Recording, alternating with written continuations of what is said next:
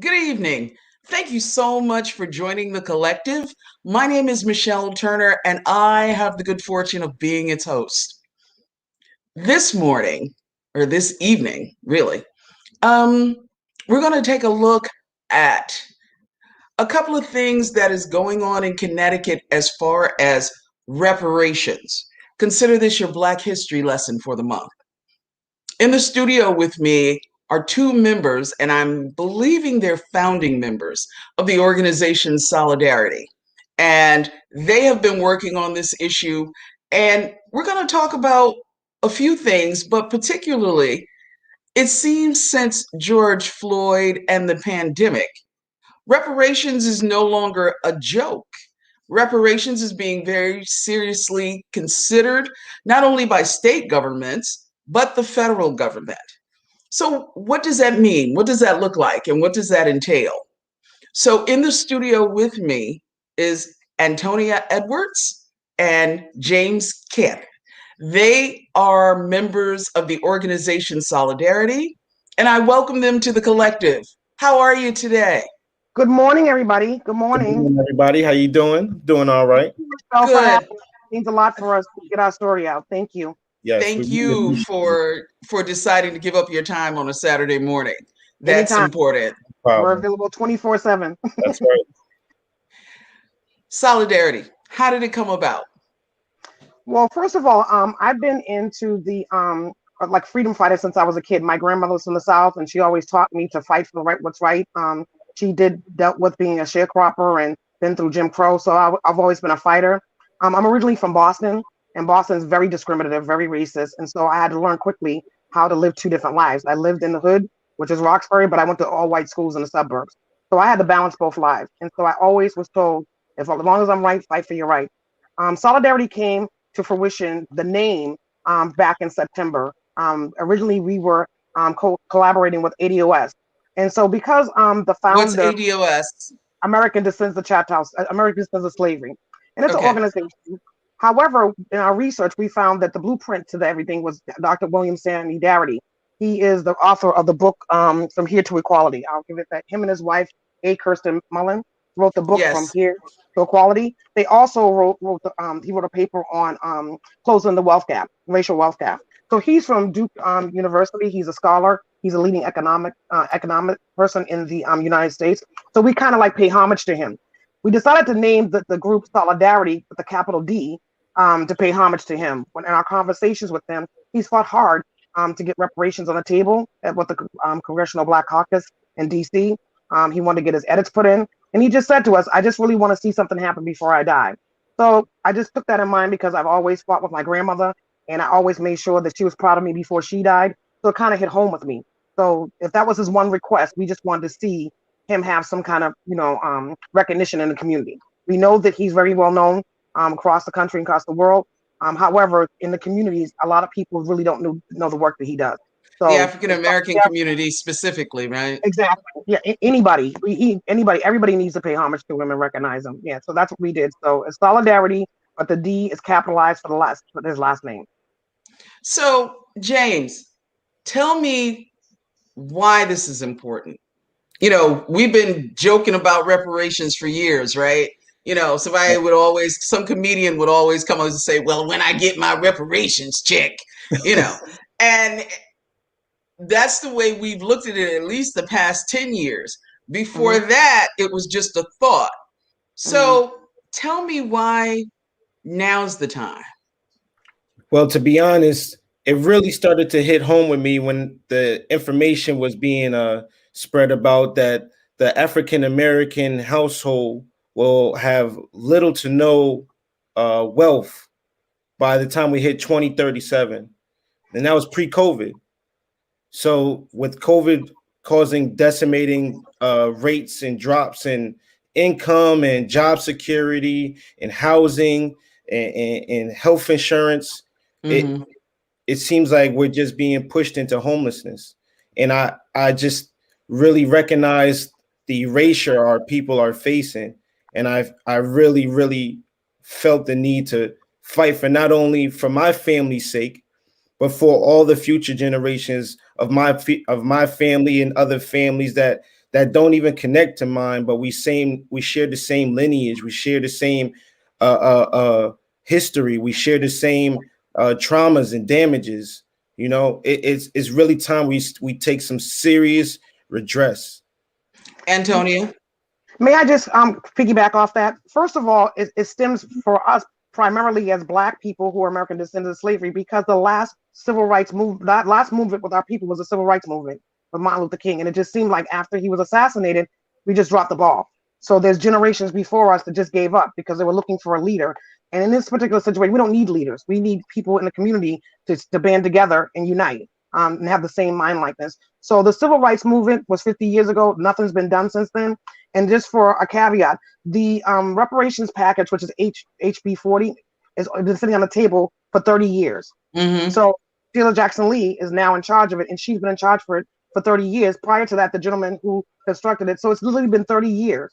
And so when the community asked, or people were asked for the reparations to be done, they wanted a study. And so we've been trying to figure out, why does it take so long to agree to have a study done if that's what you want? So James and I, what we decided to do in other communities, like in California, they done it as well too. They started at the community local level. Let's get the study done at each level and make each state responsible for pulling this information, so that we can then send it to, say the Congressional Black Caucus, and also to the federal government, and say, listen, Connecticut was complicit in the slave trade. This is what the damage was in Connecticut as a result of chattel slavery.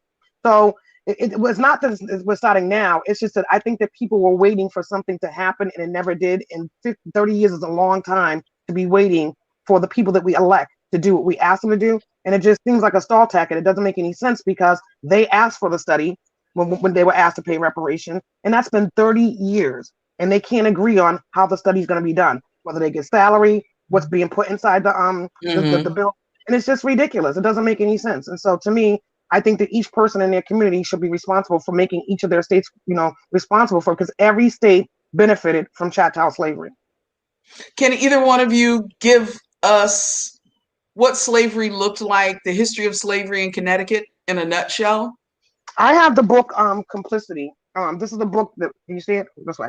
It's called Complicity. It's by Ann Farrell. I recommend that everybody get this book and read it. It shows Connecticut, but it also shows New England. We have a historian. I just want to make a short thing. We collaborate with Jonathan Bookman. His last name is Bryant, rather. Jonathan Bryant. He calls himself Bookman Duddy, and also Sinise Austin. They have since created a group called Political Action CT. So we had collaborated together, and we had a historian. What we found out in Connecticut was highly complicit in the slave trade. And it's so much so that they basically, in New London, that was really like a slave. New London was a big whaling city. But yeah, and they had a lot of labor. It was labor intensive. It was the biggest port in Connecticut. So it had town as well. So Sinise and Jonathan are from New London. As a matter of fact, we pay homage to Jonathan's family because he has historical documentation that shows that his family were slaves here.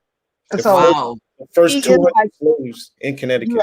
Yes. And so he basically is our motivation to bring it to Connecticut's attention. I mean, I'm from Boston, my family from down south, but I never met a person up north that their family was slaves up north. So what we found out was that, talking to a gentleman by the name of Tom, he's a historian, that Connecticut basically would take the indigenous people that were Black, so it was all about color, take the cattle and everything and trade it to the Caribbean for African slaves. So it was kind of weird because nobody ever knew this. So in essence, they enslaved indigenous people that were colored Black, take them to the Caribbean, trade them for sugarcane, molasses, whatever, but they built their own ships. So Connecticut was responsible for building their own ships, their own passage. Only like 2 records of them going to Africa to get slaves. Everything else was from Connecticut to the Caribbean to get African slaves. That's amazing. I thought it was amazing. That's amazing. Because I knew about the indentured servitude, right, in Connecticut, that a lot of people, they started off at the wharves or the harbors, worked their way through, and then bought their freedom. But it never really explains, how they arrived in Connecticut. Right.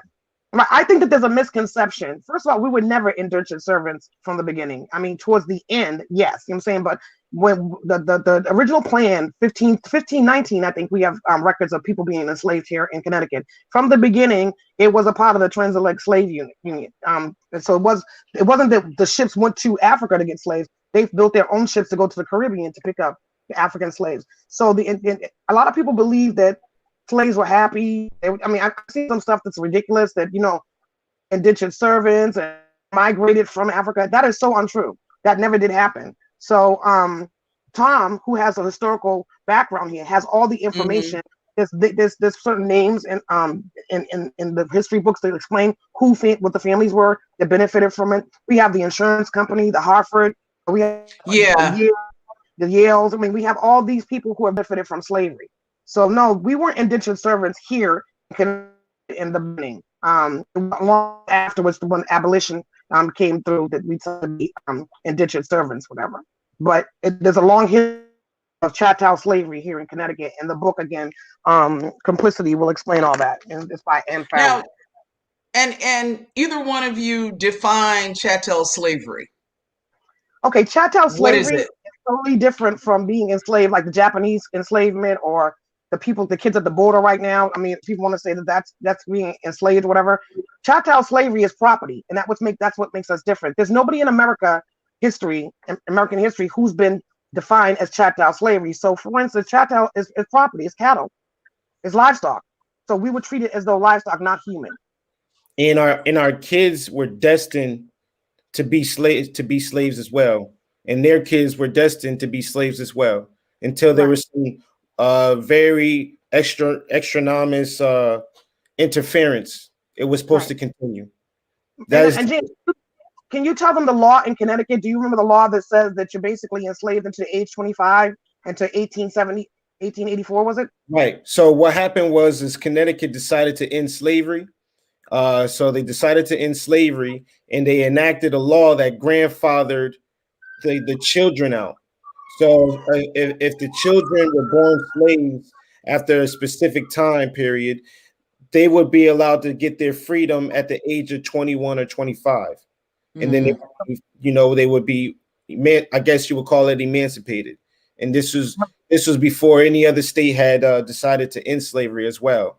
So Connecticut was promoted as an abolitionist state because of this. But by the time at 21 and 25 years old, back in the day, you've already been burnt out. I'm saying, so you've already been used. Yeah. My child sharecropper, and I found it to be a tragedy that as a kid, when you're born, you're put in the field. And so it's just sad what was done to us as people. And a lot of people don't understand that Connecticut had plantations. There was produce being erected by slaves out here. And we had tobacco fields. Yes. Yeah, exactly. Tobacco fields outside of Hartford. And I will tell you, my father, in order to pay part of his tuition at Morehouse, came from Georgia, had never been north, and came up here and picked tobacco to pay his tuition. Right. At least for 2 years. A lot of families did that during the Great Migration. My grandmother was in Barnwell, South Carolina, and when the work dried up down there, she would come up north and do work here and come back. And that's how a lot of families got broken up and dissipated. I mean, a lot of men would come north and work and then get caught up and never go back and get their families. And then they started new, and that created the spiral of the demise of the Black family. There's a lot of things that correlate to slavery that we have to research and we have to recognize, because I think that people just take it lightly. They're like, oh, there's no slaves now. There's no slave owners. That was so long ago. But technically, I'm 54. My mother's 70 something. My grandmother, she died. So she was next. But my mother was a child sharecropper. My grandmother was a sharecropper. Her mother was a slave. So it's like, it's not that far long ago. You're talking 3 generations or 4 generations. Right. That's right. And I think what happens with people when they have that mindset, that I didn't own slaves, my family didn't own slaves, or I'm from a family of immigrants, so it really doesn't, it doesn't affect me. I think the part that people don't understand is that the system benefits you. It benefits you, right?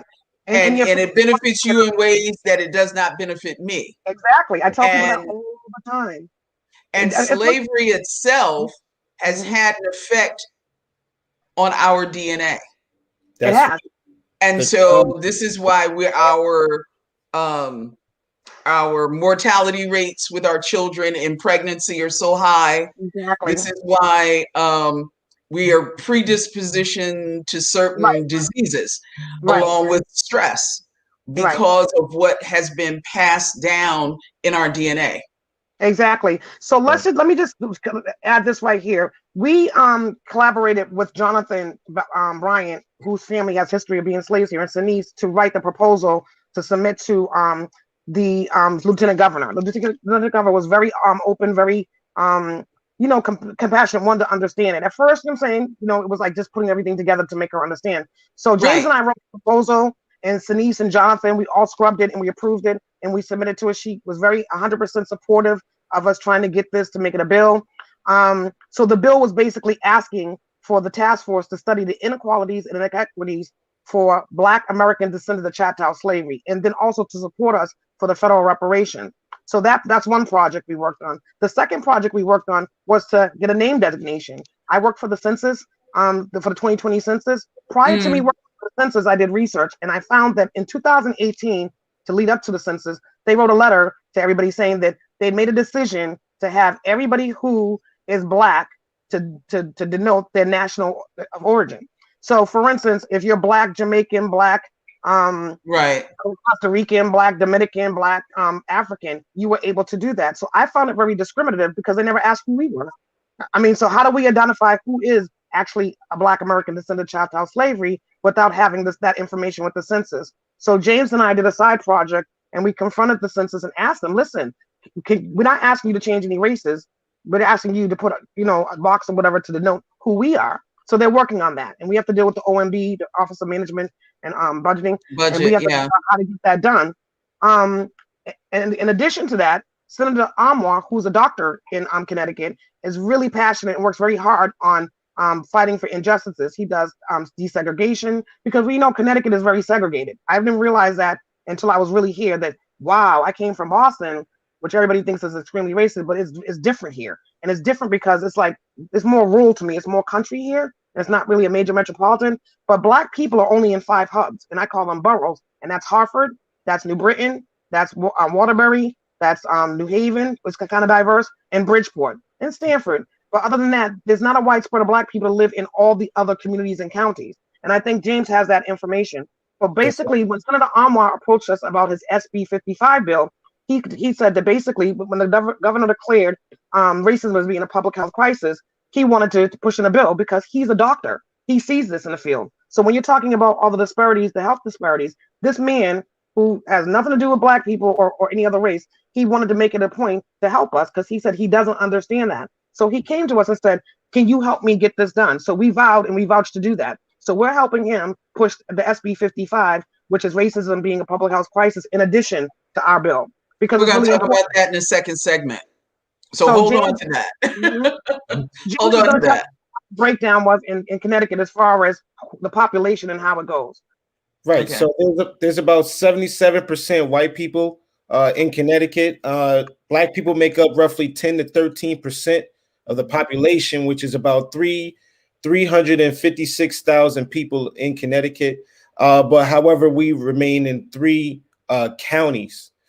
She specified boroughs, which are definitely hubs that we are centered in. And in these hubs, you see immense amount of poverty. You see immense amount of income disparity. You see very low amount of wealth transitions. And in these 3 counties, out of 8 counties in Connecticut, you really get to see the difference. We're wholly segregated through our poverty. Mm-hmm. And of course, you'll see people who made it through the cracks, and they're talking about getting out of the hood and stuff like that. And to be honest, even a lot of white folk don't want to live in Connecticut.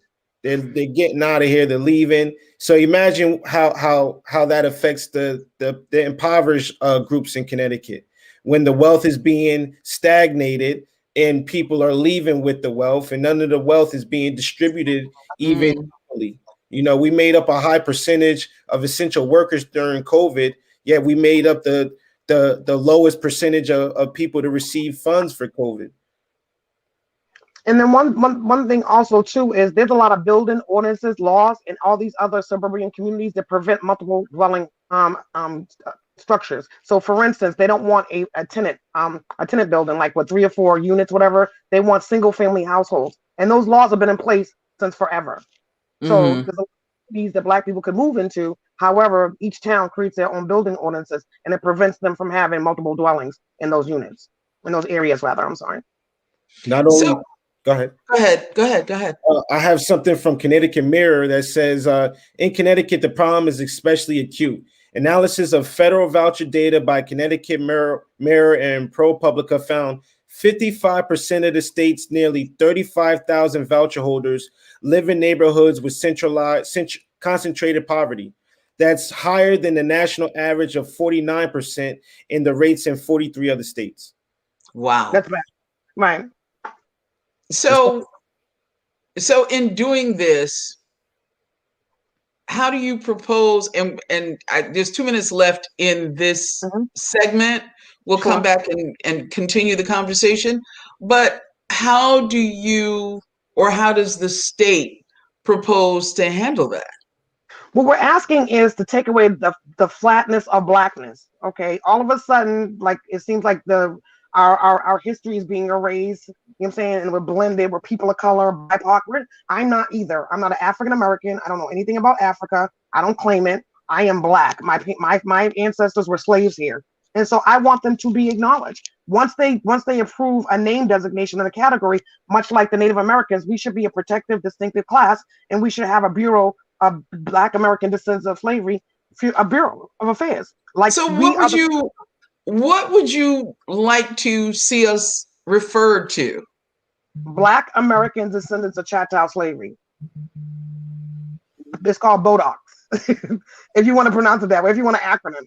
But we were Black American Descendants of Chattel Slavery. That's BODAX. That's the word, BODAX. And once you get a name designation and get that legal and get it on documents and get the census to recognize us, we can have a complete count of who we are. And through that count, we can actually allocate resources and bills that specifically redress the descendants of those chattel slaves who have been impacted from the beginning. So the census is a key part of this. Doing the census is a key part of it, because once the name is designated, it's a legal forming identity. However, let's just say we got HR 40 passed today and there's reparations. Who are you giving it to? Our name's we're not recognized. So you don't even have a count of how many people are Black American descendants of slavery. So why we should get that done first. And it should have been done. So when they did the new census and they created the final races, they totally forgot about us. So there's a lot of infighting about who gets reparations. People who are Black in the sense of slavery, whose parents were slaves for 250 years, get reparations. Okay. Then there's other parts of it where people who experienced Jim Crow, civil rights, if they came from other countries, because actually a lot of people weren't here from other countries until 1964 with the Immigration Act. So anything the Immigration Act goes to slavery and reparations. Anything after that will go to, like, for instance, the Black Agenda. And I learned all that from Yvette and Antonio from ADOS. I learned a lot from them. So I'm going to go back and forth. There's 2 separate things. Reparation goes to slavery and Jim Crow. The Black Agenda goes to anybody else who was here after 1964 who experienced segregation, redlining, mass incarceration, systematic racism, all the effects of other things, because anybody who came here after that point were treated like slaves, the historical slaves, because they were Black. Because in this country, you're Black first. They don't care if you're Black mulatto, Black, you're saying gay or whatever, you're Black first. And a lot of people need to recognize.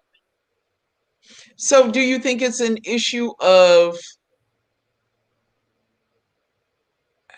because I guess you don't want one pit against the other. Right. No. Of course not. And this is why we emphasize within the state structure, because the state is the inhabitants. This is the people who live here and operate here. This is where the Black Agenda takes place to affect all Blacks. So that's why we were happy to link with Senator Anwar about SB 55, to designate racism a public health crisis, because that racism affects all the Black communities in Connecticut. You understand? And when he creates a commission, it will show the data to prove the effects that Black people have been saying and we've been just knocked aside for talking about. But that's for all Blacks. Okay, we're going to break here. We'll jump back into it after the break. Okay? This is The Collective right here on WSME Enlightenment Radio. We'll be back after this. Thank you.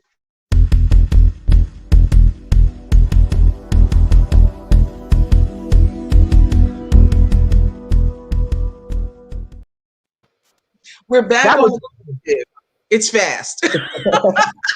It's a fast break. Yes.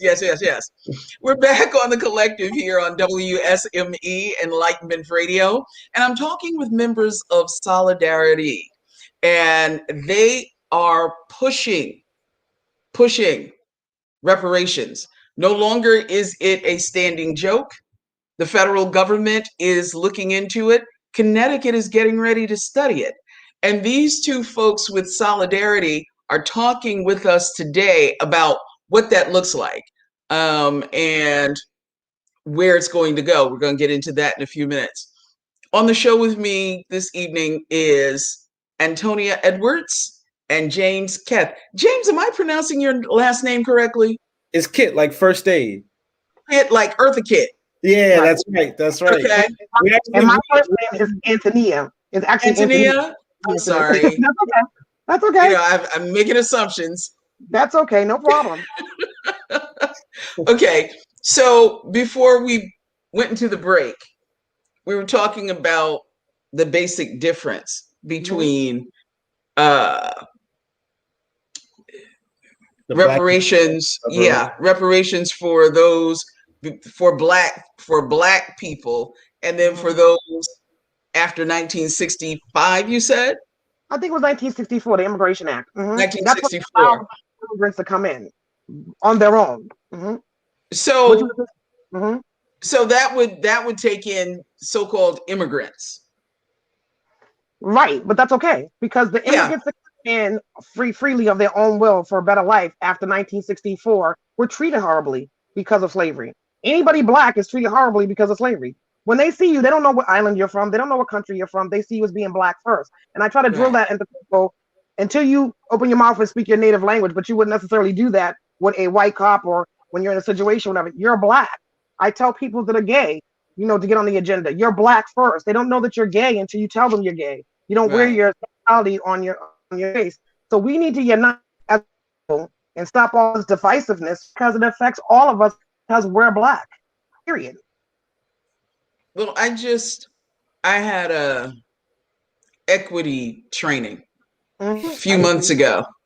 And one of the things that they talked about was when America was first formed, it was formed as a farm, if you will.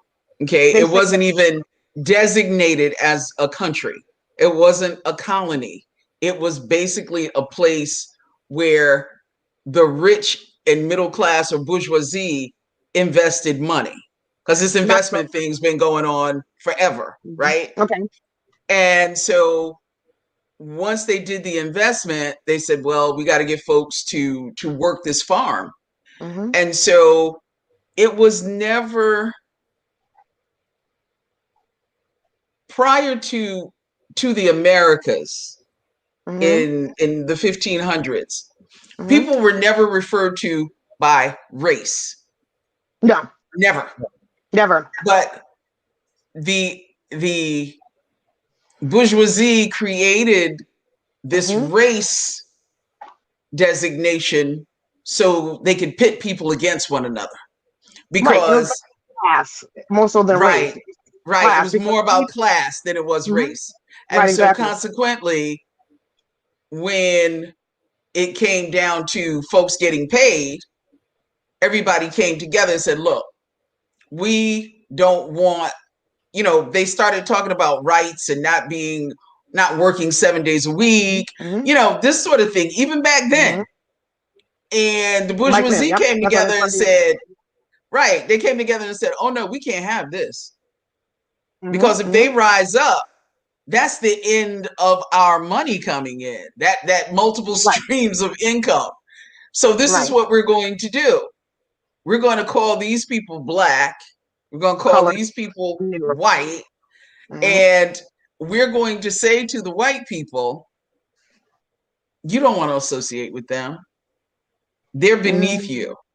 They're Mhm. from, this type of culture. They Mhm. worshiped many gods. That's evil. That's foreign. That's, so they started all these myths and stereotypes. Right. And so it was like all of a sudden, And that's when those Christianity who, came in to control them. not only that, but the whites who were initially working together in these colonies side by side with the indigenous and the Africans decided that they were better. Because prior, class Mhm. had not trickled down in that way. They Wait, were all of the so-called working class. but I how, don't how, call how does that accommodate for the fact that there were slaves already here? When the colonies erected themselves and they started to begin to find forms of producing income, slaves was the backbone of that. But Slavery. in the 14 and 1500s, even in Toni Morrison's book, A Mercy, she gives a full description Mhm. about just that, not necessarily the United States, but the area we know now as Virginia and DC and Maryland, and Well, how, Jamestown, Virginia was the first slave port, and so they didn't right. have Well, black people it before said that's when folks came in 1619. No, they were here Slavery before then. before the 1619. They They were were here. here before 1619, but what she is saying and what other people have brought Mhm. about is that initially everybody came to work. No We don't one have any was records. enslaved. I don't Right. have any. And I don't have. then once they discovered that the between the class system that they set up with racism Mhm. and the fact that the Africans they thought could work 24/7 in the Mhm. sun, in the heat, Mhm. it started to come down to, well, we'll slowly push other folk out and we'll bring the Africans in because now we see a trade. Now we can sell Mhm. them and get money. Now we're starting to do a whole Caribbean, I don't have any knowledge. Spanish. I don't have any knowledge of that. The only knowledge I have of, and I could be wrong, and if I'm wrong, I don't mind learning, is that Jamestown, Virginia was the first slave port, and they came over from Africa, and that's what was established. But let's go back again because there's a lot of discrepancy.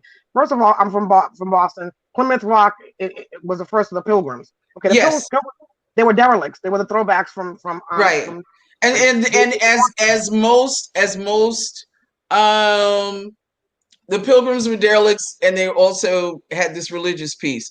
The right the Quakers. people that formed Not Quakers. Georgia, Georgia was a prison colony.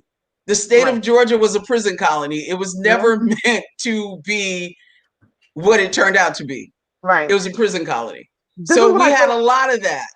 Yeah. There was a This is lot what I of say. that. What I say about this is that basically, you know what I'm saying, we were brought over here or imprisoned here if we weren't here because we were black indigenous and we were put in chattel slavery. Our names have been changed several times. We were Negroid, nigger, Yes, Negro, colored. colored, black, whatever. And it was a class system. I don't think we ever were compared to the white people who lived here at that time. We were never on their same class level. And so we were always brought here and I'm saying slavery to benefit America. There's a for me personally there's a discrepancy. I know for a fact that 1619 started the transatlantic slave trade. Mm-hmm. However, Dr. Darity speaks of making it as of the date of 1776. I feel like America basically rebelled against England to be separate and create the independence because they depended on the slave trade. They wouldn't have done that without Yes, it. So I agree therefore, with you there. 1919 Absolutely. to be the date because without us, they wouldn't have been able to embark on that war. So I Well, stand from 1619, but Dr. Darity and others say 1776 when the Americas were created. But I feel like they were already created it was and they always from right, 1619 on. I right. will give you the the book title and author. I'll send that to you after the show because No I can't think of his name. I can't think of the author's name, but he explains the whole system from the 1500s on. So it's an interesting perspective. I agree with you. 1619 is the year. Absolutely. The year. Jamestown, the whole nine. Right. But I had never heard of what I was presented by a group that was Black. Okay. I had never heard of any of this. And then I remembered Toni Morrison's book. And I know that things are fiction, but there's a lot of different things in there that tied in with what this man was telling us about the issue of race and how the construct of race came about. So it's an interesting perspective.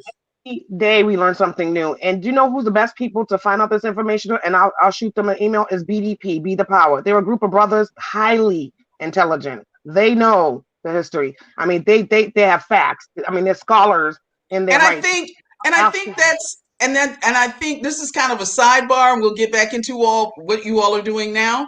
But I think again, just like everything else that affects us as a people, our history is so scattered. Our facts are so scattered. At some point, we need to pull all of this together, figure out what is fiction, what is fact, and put it all down as this being our history. This is what we agree to. This is what we know. May I say something? A lot of people make this statement, and I've been to a lot of, racial inclusion and diversity programs. I've been in racial equity and symposiums. They don't work. Because the people sitting in those meetings with me that aren't Black really have a misconception about Black people. And I had to break it down to somebody. So when they asked me a question, they're like, what do you think that people need to know about your history? I'm not African that I know of. And they're like, what do you mean? You're African American? I said, no, I'm not. I said that was a name that was given to us. We had 5 other names before then. I said, basically, I don't have any historical documentation or lineage to Africa. Africa's a continent with 54 countries, 3,000 tribes, 2,000 languages. Where were we kidnapped from? So even if I went to Africa today, where would I go? You know what I'm saying? So a lot of people have that conception. And I tell them every other race, whether you're Italian, Jewish, Irish, whatever, has their customs and values. Like Italian has their food. They have their customs and values. The Irish has theirs. You know what I'm saying? We don't have that. Even the islands, people from islands, they have their custom and values of food. Our food is slave food, and it was the scraps that were given to us that we. With the exception of okra. Okra was a seed that was brought over on the boat. That is true. The food that they have made into soul. But everything that has, which has basically killed us over the years. That's why we have the health disparities now. You know what I'm saying? Based on what we were given and what we have been eating, you know what I'm saying, since childhood. A lot of people have gotten away from, the greasy, But if you're going to talk about health disparities, talk about what we were given and how we were treated a long time ago. So the mental as well as the physical. Oh, definitely the mental. Let's talk about that the bill that you are working on. Okay, we're working on 2 bills at the same time, and the first one is with Senator Anwar, and that's the bill to designate racism a public health crisis and establish a commission that will work on creating changes based off this information. And the other one is HB 6267, and that one is an act to create a task force to study the inequities and inequalities since slavery. Antonia sent that to me. That's what I keep looking down like this. That's what I'm looking at. I have it on my phone. So when will this start? So basically, we've been invited to Black and Puerto Rican Caucus. Maybe other states don't have that, but the Black and Puerto Rican Caucus basically handles any bill racially for Black and Puerto Ricans. So we were invited in the state of Connecticut. Yes. So we were invited to a meeting with them on the 23rd. James and I have been working very vigorously to get this message out to all the senators to have them co-sponsor. And the other part of the team has been doing the same thing We currently have how many co-sponsors on the bill, James? We currently have about 6 or 7, I believe. I think On HB 6267, and then on Amwa's bill, SB 55. I think we have 13. Is it 13? Now, SB 55 is the health disparities. Right, the health disparities. Yep. So Okay. Public health crisis. co-sponsors on it, and we were able to secure those. And so basically, between the collaboration with the Solidarity Reparationists and the Political Action CT, we're trying to get people, the senators, to sign on to co-sponsor it. Myself, I think we've contacted 34. Is it 34, James? What? Congress people? Yeah, Congress people. We contacted way more than that. I think we're close to about 60 or 70. Yeah. So basically, what we've done is we found every senator and every representative in the state of Connecticut and pushed the agenda with them. But this is in the beginning. And I've been doing this personally since last year with HR 40 and asking them to sign on to it and push it. And also, then we did SB 55. Then when we got the message that we have a meeting with the Black and Puerto Rican Caucus, which was recently, then we started pushing this once it became a bill number. So these senators and legislators, and they know who we are. We've been pushing this agenda. I like to say that I also tapped into organizations. So for instance, there's a list of people that I know in the community as organizations that I want to give a shout out to. Pastor George Webb has been collaborating with me personally. He's with the Northside Church of Christ. He's in Hartford. Siobhan Burgess Hamilton, I think Hamilton Bergeson, she's with Hartford Health Initiatives. She has basically showed support. I sent it to the Greater Hartford NAACP, the Greater New Haven NAACP, also the USOW, United States of Women, Brittany Yancey, she is basically very interested in. So there's about 50 different organizations that I personally have collaborate with, and I sent my bio. I sit on a lot of boards. Everybody on my board has it. Because they basically have racial injustices as far as support services for the providers. I gave it to the Council for the Disabilities. Also gave it to CFRAC advisory board. Everybody that I work with as a last-ditch effort, I gave it to them, and those are the people that I work closely and attend meetings with them on a monthly basis. So there's so many people that have this, and everybody I sent it to has an email chain list of like at least a minimum of 100 to 300 people. So it's out there. So what's the next step once you meet with the task force? Well, the task force, go on, you want to go, James? Is this to form a task force? Is that the next step? Yes. Okay. Right. So we have this meeting with the Black and Puerto Rican Caucus that was pretty much situated because Senator Anwar's team has sent out our proposal over to them. And so we were assuming from this meeting that we garnished their support and it could thus be pushed forth to the assembly so that it can be voted on and secured, hopefully, as a bill, so that we can go ahead and create the task force and get the work done, because we don't want to spend 5 years, 6 years on the task force. You get what I'm saying? The information is already there. There's I know, for example, Middletown, the Middletown Historical Society is doing work about slavery and injustices from that point forward. And the universities are like Southern and Wesleyan, and these groups are already doing the work. They already have this information. The task force shouldn't take long to compile a report of Connecticut's racist history since slavery. And that's Connecticut had slaves even in the 1500s. So it's like from that point forward, we would submit that information to Connecticut and to the Federal Reparations Committee, or the Black and Puerto, or the Black Caucus. Excuse me, my dog is messing with me.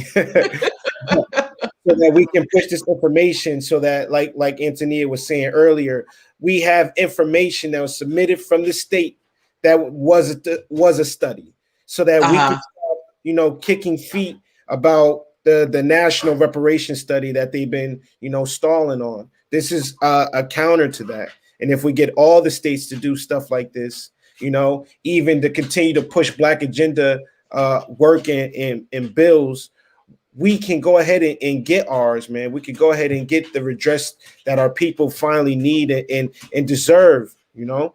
Yeah.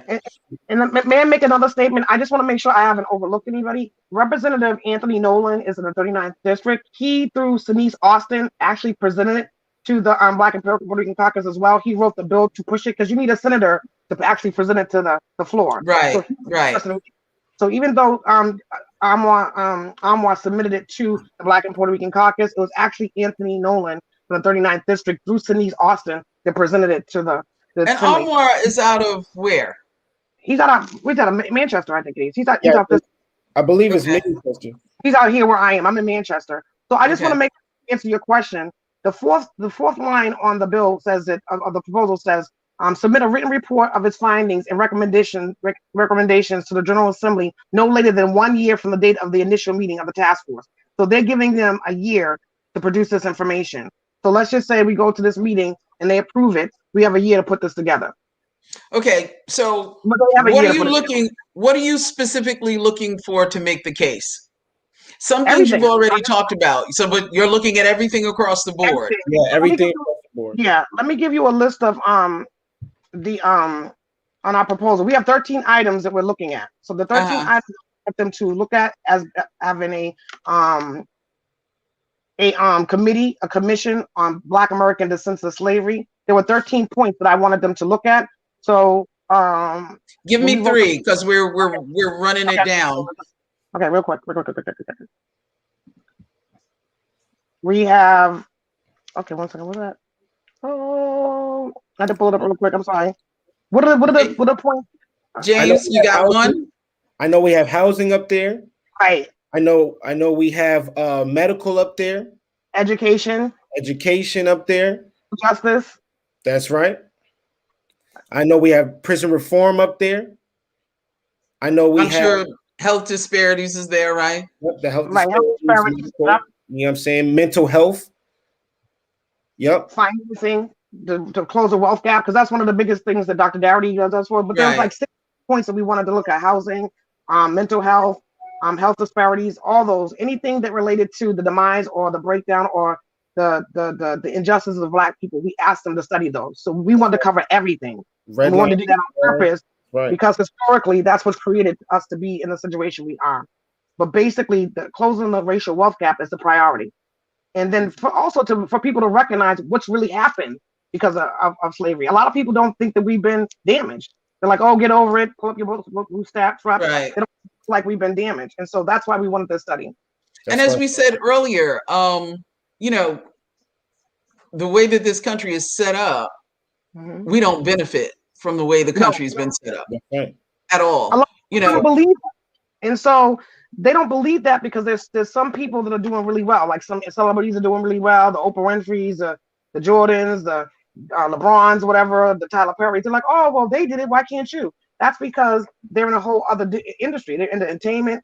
People that are working every day 9 to 5 or who are middle class, whatever, aren't the ones who are succeeding. And there are a lot of Black people that are doing okay. But what about with the COVID hit? That has changed a lot. A lot of us have lost jobs, security, housing, and food. You know, even just, you know, whether you're a so-called upper middle class, exactly, you're still not given the same benefits as those who are considered upper middle class who are not Black. Right. There is definitely a white privilege that people don't understand, and it is no disrespect to white people. It's just there. It's inherent, and you have to see it's there in order to respect us. You can't say I don't see color. We're all treated the same. That's not true. That's not true. And when people tell me they don't see color, I'm like, how did you get dressed today? You had to see color to pick your clothes. So that's really appreciate color as well. Exactly. Right. That's the, you know, I think that's all. It's not. And I'm not trying to simplify it, you know, but all we want is the true freedom that everybody else has. And that's all we want.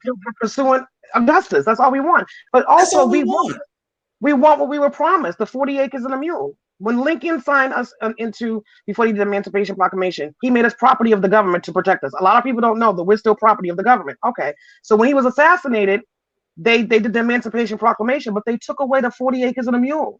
Yeah. There's a lot of Yeah. people in the South or whatever that had land that they took from them. And they Yeah. gave it Because to that would have created generational wealth. And they gave it, yeah, and they paid it off to them for damages. And they gave the white people the Homestead Act, Right. and they gave Yeah. them in the West. Yep. The They GI also- Bill they was left also people like my slave grandfather out of a home. Yep. Right. Yeah. They also paid slave owners reparations for Right. ending slavery. So if they Right. got paid reparations to end slavery because they lost their income, what about black people to actually put in the work? And let me Right. just give one last thing. My grandmother was a sharecropper for years, and she migrated her family to Boston in 1958. She worked in a factory, and when she worked in a factory after a year, she had a heart attack and she couldn't work anymore. Guess what? She couldn't do on disability, unemployment. So Right. she died there. That's what a lot of people don't understand. And just like James's grandfather, he was denied the GI Bill because he was black. There's a lot of stuff that we were denied because of slavery. Just based on the color of our skin. Exactly. And so I want everybody to understand, whether you're from Jamaica, from Trinidad, Costa Rica, Africa, you were treated the way, and the advantages that are available for you are because you are black. So when we ask for reparations, we're asking for reparations for the damages that were done here in America as being enslaved. Everybody else has their own claim against their own country. Like Jamaica has England, they have a claim against. So you can't double dip. So let us get our reparations, and let's then push forward the black agenda to make everybody whole. So you have reparations, restitution, and restorative damages that need to be done. All right. And James, you have anything to add before we close out? I'm very thankful for being on the show. I am too. I am too. Thank you so much. Well, I thank you so much for being patient, Right. getting it together with us, Yes, thank you. No and problem. being here today. It's You really been, well, I hope that we all have learned something. I know I have. I have Yeah. too. That's right. And, we have to keep this going. We have to keep it Right. moving. We have to, ensure folks that this is the direction that we're going in, and, we're not going to be stopped in doing it. Can I So shout I out the people? appreciate you. I Can I thank shout out you, Antonia Edwards, Thank you. James Kitt, Yes, that's right. Solidarity. Please Thank come you. back. Oh, Okay. we will. Oh yeah. Come we- back and keep us up to date as to what is happening with this. Yes, thank And even if you can't get here, if you could pass along some information so I can read it on the show, that would be Yes. great. Thank you Okay. so much. Thank you so much, I Michelle. appreciate you all being here. This has been The Collective. You have gotten your Black History lesson for the month. Thank This you. is The Collective on WSME Enlightenment Radio. Thank you, Doc. Bye.